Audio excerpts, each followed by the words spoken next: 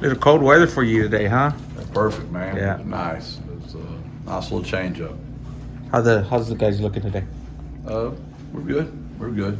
We've got great weather. And it's one of those kind of days where anybody can be good on those kind of days. Any extra juice getting ready for this matchup against North Texas? Anything changed compared to a typical week? No, just another game. I mean, we got to go play another conference ball game against a really good opponent. A lot of respect for them. But no, it's just another game. You guys still have a sour taste in your mouth from that game last season with them? I mean, it wasn't a fun day. Yeah. I mean, get your teeth kicked in. But I don't. It's two good football teams in first place and big ball game. What does their offense do that kind of is going to present some challenges to this defensive front? They're extremely well coached. I've had a lot of respect for those guys for a long, long time. Coach Blesh and Coach Clemens they're just unbelievable schemers of the game. I've talked a ton of ball with Clem. Used to recruit my school when he was at Baylor. And I can't tell you how many hours I spent just listening to him talk about scheming people. And he's as good as there is in the business. And, they've got really good players doing it. All four running backs are elite running backs, in my opinion. They're the sixth leading rushing school in the country. They're behind three military schools in Ole Miss and Central Florida. They broke the school record last week with 475. I coached Austin Onley at the University of Arkansas. He's an unbelievable kid, very athletic, can throw the ball very well. They've done a really good job with their receivers and developing those guys.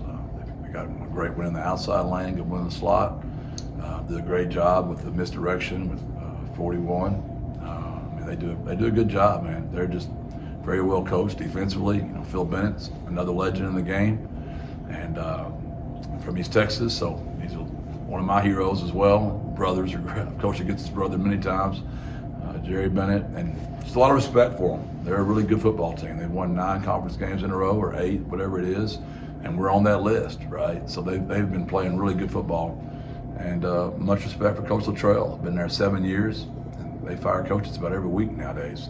So for a guy to be somewhere 7 years, a lot of respect for those guys. It happens over the course of the season, but what is it like when you welcome in a team that's feeling really good about themselves right now? It's never good. You want one that's going the other way, but we caught them on a 5 or 6 game winning streak last year, and they're hot again right now.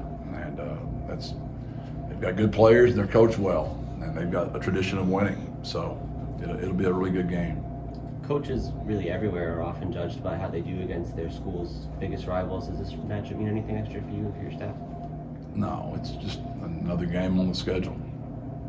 Jeff, when you're facing a rushing team like this, you guys have to scheme some stuff up to try and slow that down, or just kind of stack the box, or what's kind of the mentality headed into this game? Yeah, all that is in play. You don't know exactly what's right because they're so good. You want to do more, and then you're worried about doing too much because you want your kids to be confused. So there's always that fine line there. At the end of the day, we got to fit it up correctly. We got to tackle people, and doesn't matter what defense he calls. If we're not in the correct gap and we don't grab them and hold on till the help gets there, we're going to be in trouble. No, when you've got backs that are that good, they can make you look good. You can call a perfect defensive game, and if you can't tackle them to the ground, it won't matter. Jeff, with Walker Beatty, you mentioned it was 4 weeks ago that he moved over to the offensive line group. But how much of that time was at guard, and when did he actually start really working at tackle? He's been moving around. It's not even, doesn't matter how much he's practiced. When you only have to do it for a month, it's not fair to a kid. So for him to not get spring, not get summer, that's tough. I mean, he did play a little bit in high school. That helped some. But yeah, he's been there a month, and he's been moving around a million spots. He might not even be at left tackle this week. Who knows where he'll be? Depends on who all's out there. What do you have to do to kind of condense that learning process, or have him up to speed and ready to function in a game environment as quickly as you did? I pray he goes the right way, and the guard tells him which way to go, and when he goes the wrong way, you want Frank and make him miss.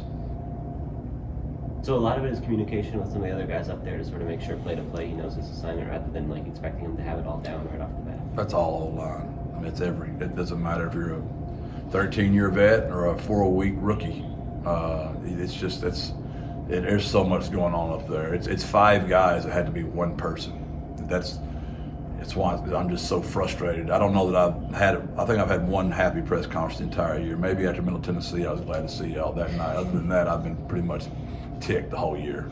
I think it's T. Haynes that was right next to Walker. How much do those guys help him? I mean, along those lines, how important is it to have, I guess, the interior guys at least have that continuity? That's where we've been blessed. I mean, we focused on how much we lost the tackles, so it's been excruciatingly painful for all of us. I'm sure for y'all too, having to watch us. But we're Maka and KD and T. Haynes, man, had those three guys in there all year that have been able to communicate with those new tackles each week to at least let them know which way we're going.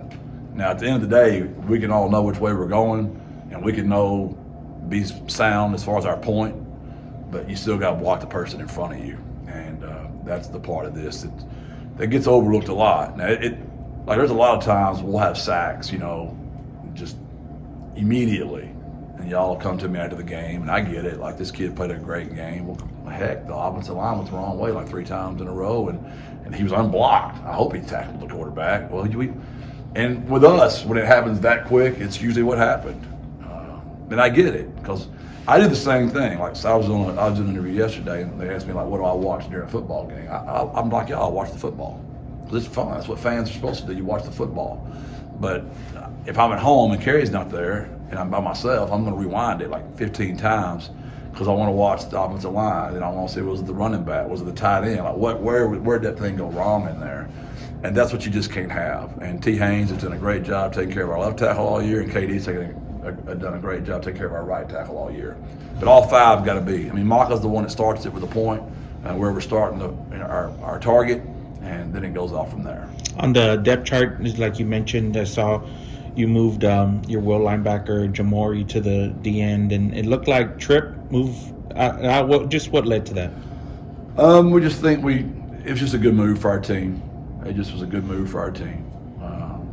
So we think Jamori will really flourish there, and Tripp knows it both spots. So he knows will and he knows inside, and we really like where Trey Moore is right now, how he's playing, and so it was just good for what was best for our team. And Jamori was really excited about it, and it's nothing but positive for both kids.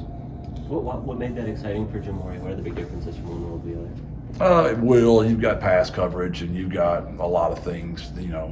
You're in a flat sometime. You're doing a different this or different that, and when you're a defensive tackle, I mean, he plays 5 techniques some, especially in our 4-down look.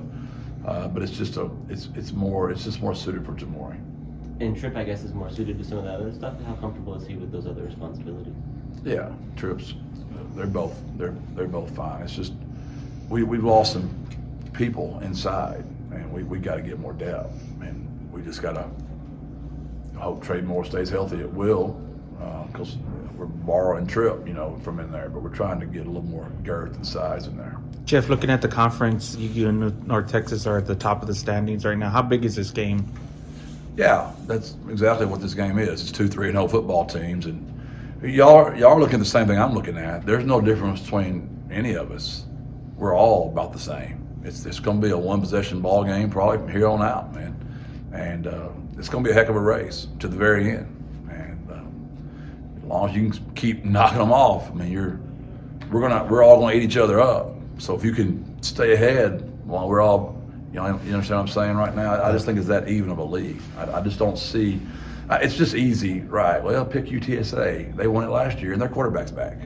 Well, it's a little more complicated than that. I mean, Louisiana Tech's pretty good too. I mean, they just played North Texas. That was a heck of a ball game to the 4th quarter. West Kentucky's pretty good. I mean, so UAB, they're a pretty good football team. UTSA, I think we're all good football teams, and it's going to be just one of those kind of leagues. Who's hot? Who's healthy? Which way's the ball bounce? And so I think it's a huge game, because both of us are whoever wins this to be at 4-0 in a league that's this balanced is in a really good shot, in my opinion.